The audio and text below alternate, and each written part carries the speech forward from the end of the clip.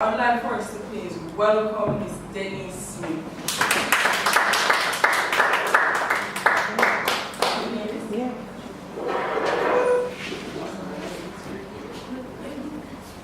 Alright, so I'm going to be talking about entrepreneurship. Not everybody who will leave any university, high school, will be employed. Right? And if 50 people start their own business, those 50 persons can employ how many persons? Maybe another 50, another 150, another 200. So instead of those persons going to Grace Kennedy, Sagicor, and those places to look for a job, you can provide services or goods that those persons who are employed can use. Okay? Yes. Thanks very much. Alright, so who is an entrepreneur? Who do you think is an entrepreneur? Anybody who have their own business? You can have a sole proprietorship, you can have a partnership, or you can have a company. But an entrepreneur, in the most part, is somebody who starts their own business, starts your own thing. Because it can be you alone, you know. Or it can be two of you, it can be three of you, it can be four of you. So you can come together, or you alone. And there are so many things that you can do. Can you think of, tell me two entrepreneurs that start very, very small and get very, very big? Chin. Juicy Chain. Everyone know what Juicy Beef, don't it? Yeah. Where was it started? In his mother's kitchen. In his mother's kitchen. And look how big it is. Which other one you know? Some little bit. Remember Samson? Yeah. Oh yes, Mr. Lascelles Chain. He started with milk. I think it was a lab tech. He started with milk powder. We don't remember what the milk powder looked like. Don't remember the tough milk powder. No, like You don't remember the milk powder? Yes, miss. We started with milk powder and looks like lush for today. So those are people with vision. But not every entrepreneur will want their businesses to get. You have some people who are just satisfied with having their business being small forever and ever and ever. Alright, so what is the main activity of an entrepreneur? You have to manage resources. You have to manage the people, you have to manage the money, and you have to manage the material. Now, I don't know if everybody was here when Mr. Eitro was giving his presentation. Yeah, he did a wonderful presentation on marketing. The entrepreneur has to do that too. Because if you have your goods, you have your service. I remember one time there was Sheila Carter. Anybody here know Sheila Carter? No, Sheila Carter. She was an actress. Anyway, she started what we call it roving rollers. They used to go to your house and do your hair and do your makeup. The sad part about entrepreneurs is that if there is no continuity or no succession, once you die, your business dies with you. So it makes sense if you get your friends on board or family on board, so that if you decide that you're going to get out of the business, then there's somebody who can continue the business. Now, yes, you want to be an entrepreneur, but do you just go into anything? No. You can't just go into anything. So what would you like to know? You do a self-evaluation. And what does that entail? Tell me what a self-evaluation will entail. We spoke about this. Remember I said self-evaluation. Like a self-assessment. Right. What is your passion? What is it that you like to do? What skills do you have? In regards to the people, what they want, what they can provide, you know, it must be So I think that's right. So I'm going to look at the skill because, alright, I can crochet and I love to crochet. Do I just start making crochet sets now? I remember when I was a child, you know, every house we were going to have crochet sets. And it's fancy because they bleach it and it's stiff and it looks pretty. Crochet sheet said, crochet pillowcase. But our persons, these young persons into crochet nowadays? Not so much. Because I noticed in Christmas, I used to have them a lot at Christmas time. Now what I do is cut all the material with a pattern. Christmas time, those nice pretty, what do they call them again? They put on the dresser. Runners. What they call them runners? What they never used to call them. Anyway, what I know is that the person, nowadays what they do, they find the material with the pattern, cut out the nice pretty pattern and then put a little frilly thing around it. They Them not crochet anymore. But I noticed that some persons crochet clothes now, like the swimsuit and so you have a little niche market for that. It's expensive. Very expensive. So maybe you can crochet that, but it takes a long time to crochet too. So, all right. So you have all these. You have the self-evaluation. You look at what is happening in the environment. We never used to have so many cars a long time ago. Now we have a lot of cars. What do we have more of? Because we have plenty cars. Car washing. We have a lot of car washes. We have a lot of auto parts store. We have a lot of used parts store. We have a lot of gas station. So there are things that are happening and things that you can get into. Why don't we have a KFC in Richmond, St. Mary? There is no KFC in Richmond, St. Mary. Can you just go to Richmond, St. Mary and put up a KFC? No. So you have to study a market and know what can I do where. You can't just go and say, well, Richmond don't have a KFC, I need to go and set up a KFC in Richmond. Yes. Yeah, they saw that KFC was doing well in Jamaica, and so McDonald's decided to come and couldn't survive. Okay. Why did McDonald's survive in Jamaica? Jamaicans complained that the burger was too small, and there were too many options. Like, you want a burger, you have to tell them that you want vegetable, that you want this. You just wanted something like a Burger King give you. So it didn't survive. People didn't take on to it the way they do in the States. So then we say, did McDonald's do a proper study of the market before they jump in? There was another thing that jumped in that didn't survive. Taco. Remember Taco Bell? Yeah, Taco came to Jamaica? Yes. Tacos came to Jamaica in the 80s. They came to Jamaica in the 80s. And it went out because there was one shop in where Twin Gates Plaza, where Island Grill is. That's where it was. I think we still have. No man, it is. Where Popeyes is. Beside King's Plaza, that's where it was. Oh, that was the second time it came. And then there But was the first time it came, didn't do well either. so sometimes some people don't really do a proper study of the market to see if this will fit. So when you do that, you will miss. And you use up all those resources and you really don't get back a lot of money. The biggest problem with entrepreneurs is funding. Yeah. Biggest problem. How do you get funding? Now the government of Jamaica has what we call on-lending. They call it on-lending. Where they have a bulk of money and they say, okay, I am encouraging persons to be entrepreneurs and I need them to have money. So then you have JN, everybody about the small business, SMSC, right? So JN is now calling for small businesses who want money to finance their businesses. You have, what's this? National, used to be National Development Bank. In New Kingston. DBJ, Development Bank of Jamaica. They also lend money. You have Exim Bank. So you have these entities and all the BNS also, any company here calling for small businesses, they get money from government. And I think you get it at like 3% or 5% interest, depending on how much interest you want. But of course you can't just go to persons and say, I have a business idea and I need some funding. What do you have to take to them? Proposal. You have to take your business proposal. And they have to see that that business proposal is, they have to see that your business idea is feasible, viable, can make money. So you can't just carry anything to them either, you know. So you have to do your proper due diligence and check and make sure this is an idea that will work. This is something that people want. And I notice they have courses now. They have courses that you're able to learn how to write a business plan, you know. Are you aware of that? When you look at the newspaper, every day people come, oh, I want to know how to write a business plan. And there's also a lady, I don't remember her name, but she does online. I think it's setting up your business online. 25,000 for the course. You're not watching TV, reading the newspaper. First name, Yanni. She's, you're talking about Yanni Page who started Future Services.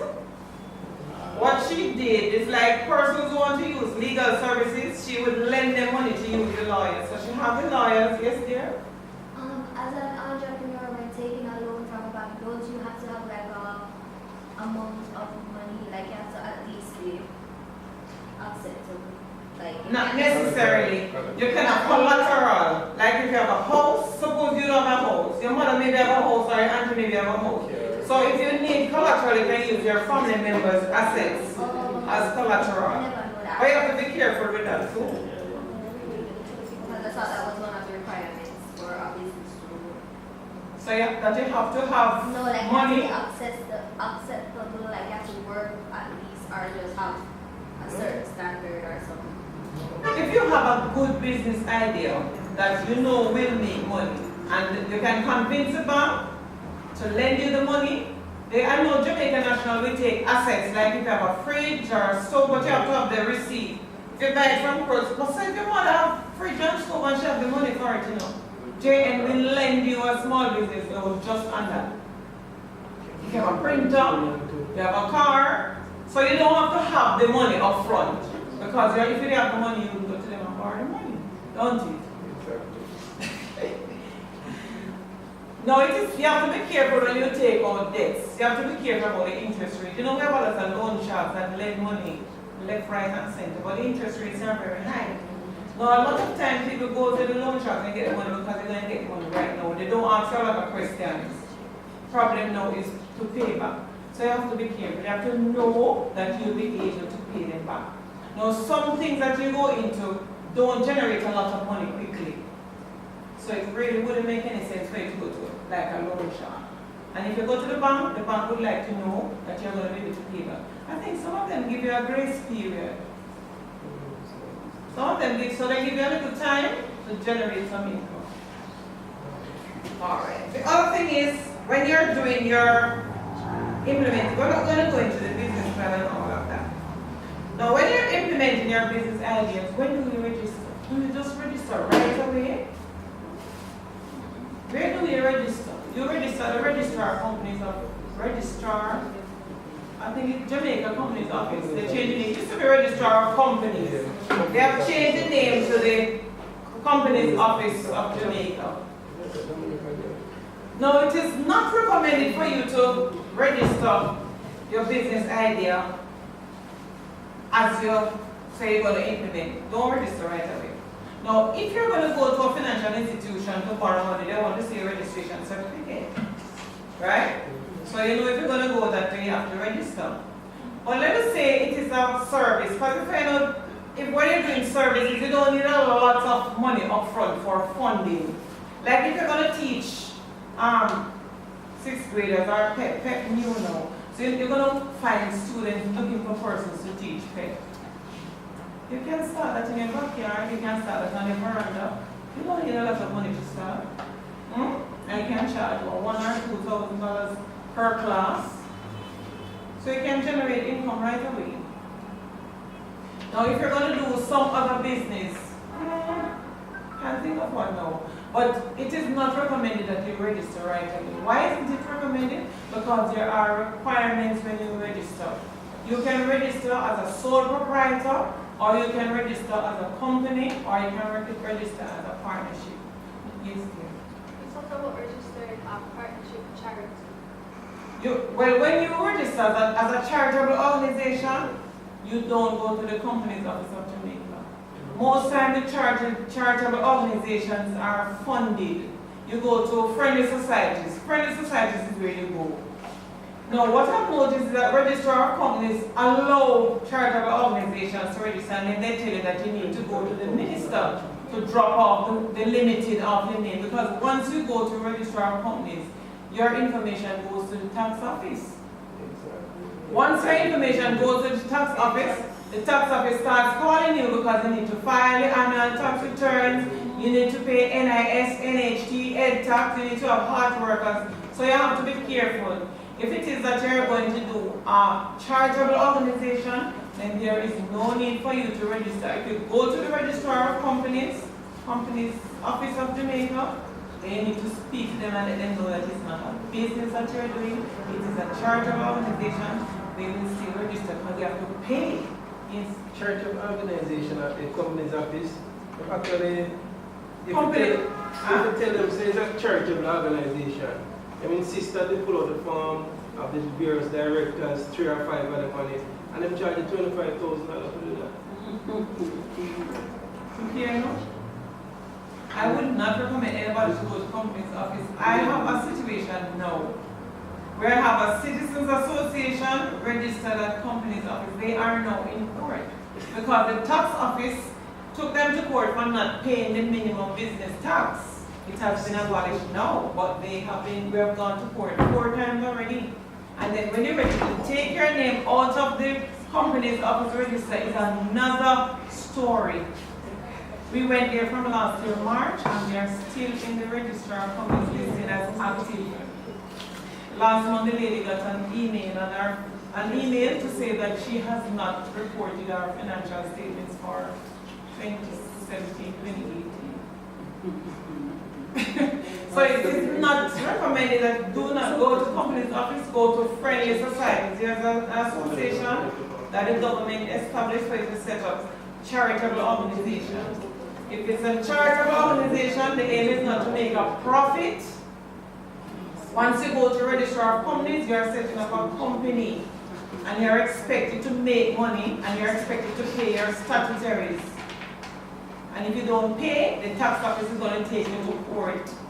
And once you go to court, you have to pay money. Or you have to find a lawyer and go to court and try and get any more of the book, which is another story. Alright? Now, registering as a sole proprietor as against a company. When you register as a sole proprietor, you and the company are the same. Now, if the company loses money, you lose money. If the company makes money, you make money. If tax office want the company for anything at all, the money comes out of your pocket as a sole proprietor. You can register as a company. Now, if you register as a company, your company is one individual and you are one individual. And they will only go behind what we call the veil of the company if they suspect that there is something untoward, right? Otherwise, if the company owes money, so like Mr. Trump now, I love talking Mr. Trump. Mr. Trump, I don't think Mr. Trump owns anything because when you have registered your company, you are like divorced from the company, So you can have $0 to your name, but the company buy a house for you, buy a car for you, pay all of your expenses. So the company can do all of that. The company files tax return, the company does everything. And the company can do everything on your behalf. You understand? So government not going to come to you. They come to the company because the company is a legal entity. It can sue and be sued. Now when you set up a company, there are requirements that you have to follow and you go under the Companies Act. So you have to read the act. Because then you have to abide by all of the requirements of the act. Alright? The other thing I don't want to talk too much about it, the other thing is exiting the company. Now there are several ways in which you can exit as an entrepreneur. Because after a while you get old, you get tired. Sometimes you want a break. So you need to find a way to exit. And as I said, one of the main disadvantages of being a sole proprietor, once you go, the business goes. So you have to put things in plan. You have to put plans in place to exit. Now, if you are aware of, everybody knows JMNB. Yes.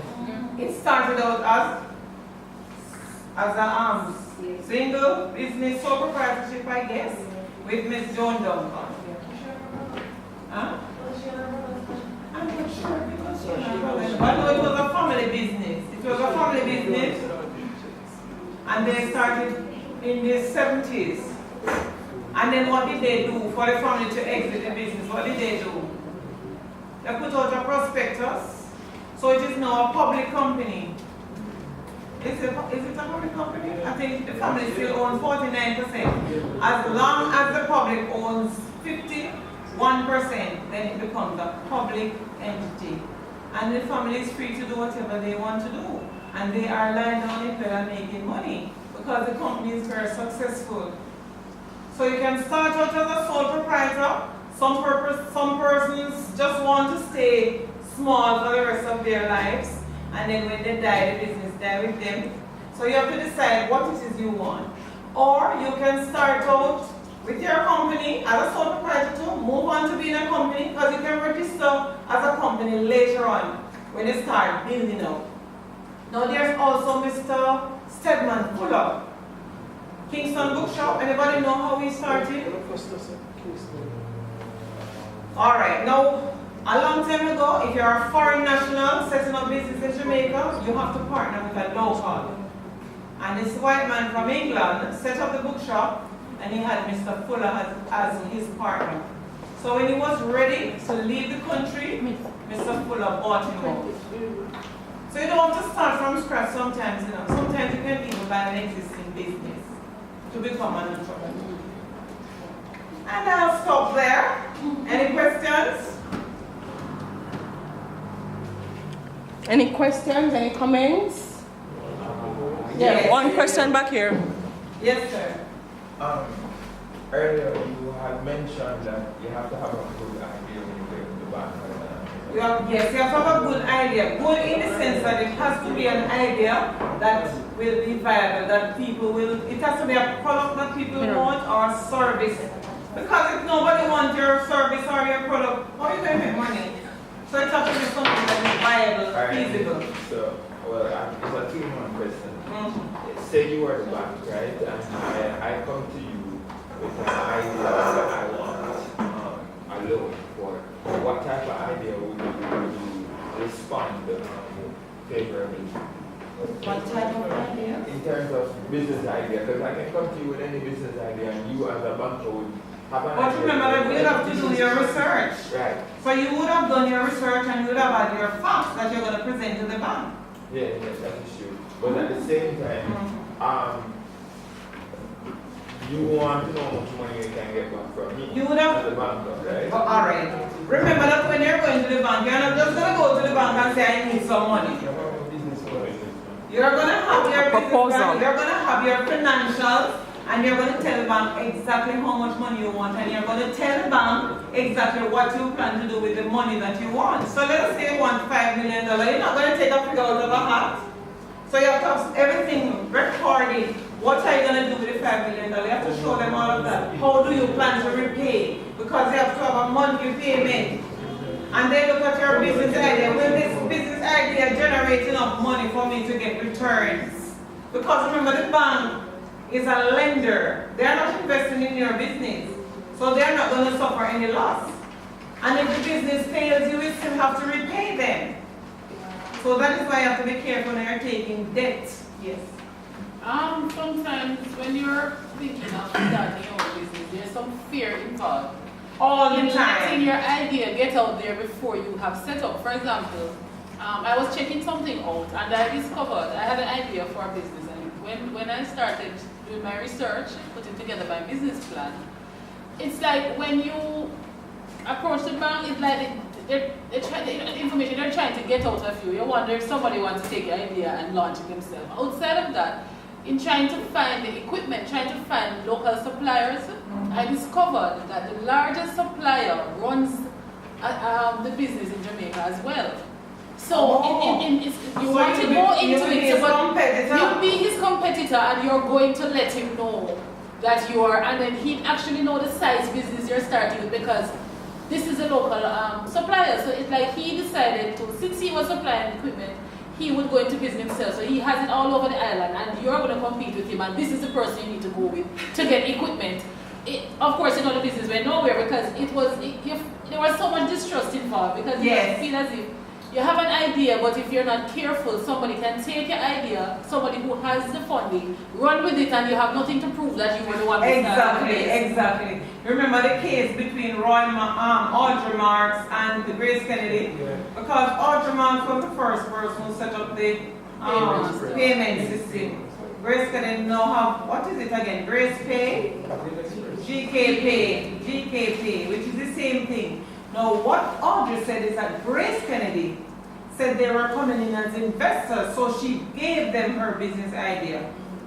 So they actually used, and not only that, they stole her employee, the guy who developed the software. Grace employed them to develop a competing software. She took them to court. She did not win, just on the basis that the gentleman developed the software. She didn't develop the software, but she said it is her business idea. But the business idea was being done in other countries. So it is difficult for her to say, this is my original idea, because it's something that was being done outside of Jamaica. So that was why she lost the case. I'll give you another example. I worked in a college that one of the professors, as his dissertation, he called it a principal's academy. That's what he called it. So his dissertation was focused on a principal's academy where senior administrators within schools would come to get training. And in getting his data and in speaking, he had to interact with persons within the Ministry of Education and elsewhere. You know that we have a National College of Educational Leadership in Jamaica, NCEL, that trains principals. And some of the persons that he spoke to when he was doing his dissertation are a part of the group that came up with NCEL. You ask yourself the question, did somebody steal my idea and move with it? So even in how you present, it is hard to prove. But then that's the problem as an entrepreneur. You cannot let anybody know what you're thinking, until you've got it to a certain point where. And sometimes it's difficult for you to keep it to yourself, because I could bounce it off on people to get a feel of, is this something that I can go into? Because sometimes the opportunity is there now, but you're uncertain. You don't know if you should really go into it. And the other thing is, as an entrepreneur, you don't go in today and start making money like that. You don't start making crazy money like that. Well, it depends on the nature of the business, I mean. You know? Any more questions? Yes, dear. Yes, you were saying something earlier about Donald Trump. I don't remember what the statement was. So I asked you to repeat. Oh, no, what I was saying, Ari, you know that Trump have an organization, good? And it is separate from the man himself, Donald Trump. So I'm saying it is possible. Notice he doesn't even want to show his tax records. It is possible he doesn't have any tax records because his income could be zero. Or the company is doing everything for him. So he could be making no money at all, you know. He lives in the Trump Tower, he drives the Trump airplane, Trump limousine, Trump buy clothes for him, Trump feed him, Trump send him everywhere. So he might not be making any money. So even though he's this wealthy man, the company could be taking care of all his needs. And that is the benefit of having a company separate from you, the individual. So if the company goes under, you, the individual, is not affected. Yes. How far would you say you have to go as an entrepreneur to register a business or before you register one? Like for example, the people on the road are vendors, you wouldn't say those people, they will register. So how far would you have to take your business before you register? Or how far in terms of time period? You mean like 1 year, 2 years or so? No, I mean like level. Like what level? Because he's saying like the vendors, they don't register their business. No. Remember, it costs to register, you know. Right. It costs to register, and not only that, once you register, if you have a sole employee, you have to pay NIS, NHT, Ed tax, and HART. So if it is a case where you're not generating enough money for those to take care of those finances, it doesn't make any sense. Right. But if it is a case where you're committed to the cause, and yes, you're a vendor today, but you're growing your business, it makes sense. It makes sense for you to register and pay the NHT, NIS, Ed tax, and HART. Why? As an NHT contributor, you can access loans from NHT to buy land or buy house. You know that. And remember, you have to file your returns. So you can go to NHT once you're registered and get your NHT benefit. For NIS, once you reach 60, you have a pension coming to you. It's not a lot of money, but at least you have some money coming in. So if it is $5,000 every fortnight, it's $5,000 more than you had. Because sometimes some people really fall on hard times and the NIS benefits will help. So it makes sense for you to register. But just make sure that you have enough money to cover your NIS, NHT, because you don't have to worry about income tax, because you wouldn't be making enough money to pay business tax or anything like that. Yes. So like the hairdressers and so, it makes sense if they register. Pay NHT, you get NHT benefit. you can go ahead and register the company, the business, sorry. But even the business... Without being registered, you have a system, a licensing system. Once you're licensed, so if you're a retailer... You're talking about the vendors downtown? Yeah, them can pay, what, $2,000? Yeah, but that doesn't give any benefit. We know, but answering the question, you don't have to rush to register. Even if somebody sell, advertise, etc. You are a licensed bar operator, you're a licensed hairdresser, you're a licensed barber. So but that would be with the like the hairdressing association. Yeah, that makes different. And then I think they have an association that you could go to with your license and get supplies for your business. Exactly. But there's no need to fear, because if the return is supposed to be honest. If you didn't make any money, there's nothing to return. So what you do is you fill up your documents and indicate that you made zero profit. But you still have to pay the NIH, but in terms of the other parts, you don't make any profit to do those things. You indicate in your return that, so they know that you are registered, but you are not at the level now where they can earn any tax off. Right. So you just report what the situation is. And some people make enough money to pay the NIH. Yeah, you have to remember that the income tax threshold how much? $1 million? I think it was 1.5 million. Income tax threshold. If you now make a net income for businesses, I think it's 5 million. For businesses, it's 5 million. You still have to return anything on that point. So you don't have to worry about that. So you don't have to worry about that. But if it's a business that you know is viable and that will get somewhere, because you have some people who register the business even before they start doing business. So they register the business and have the registration sitting down here. The tax office is going to send to you and say, what happened to the returns? So you will now have to prove to them. So you have to go to an auditor and pay 25, 30, 40,000 just for them to write a letter to say you have no assets, you have not started business. I remember you have to file to the company's office as well as... If you're a company, if you're a sole proprietor, you don't need to file with the company's office. But as long as you're a company, you have to send your returns to the company's office. So there are a lot of requirements when you sign up as a company that you have to be aware of. And they can find out when you're telling lies. If you say they're not earning anything and you own $40 million house and this is your... Well, no, they have raised. The tax office now has raised. What raised does is connect all the tax offices. So once you go in, remember you have to use the TRN to do business. Now once they go in and bring up your TRN, it will show all the business transactions because you have to pay a tax.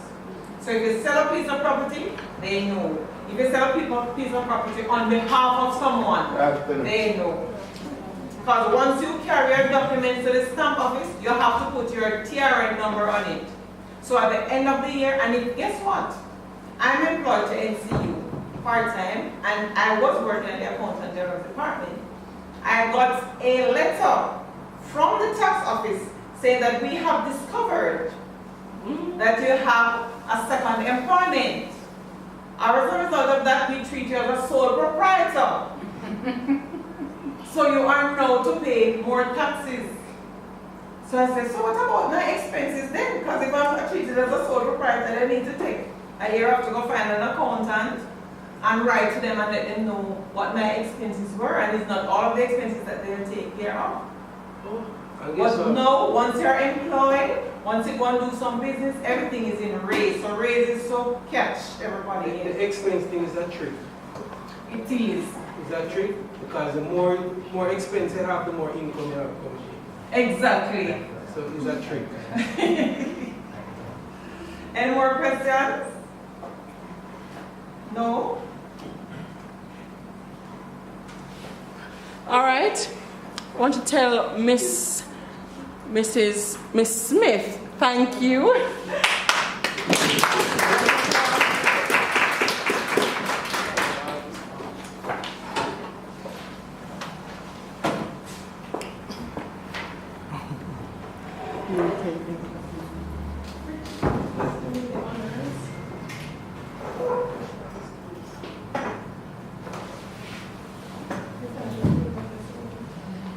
All right, guys, while Richie's fixing that, we have one more presenter, and it's Dr.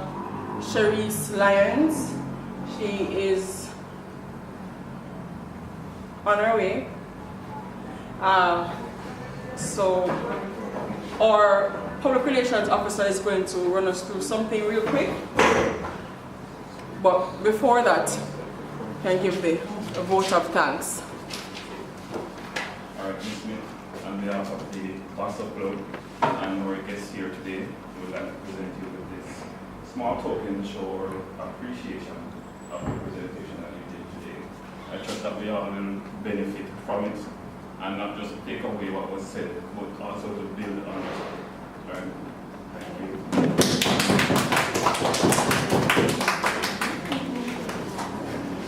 Thank you.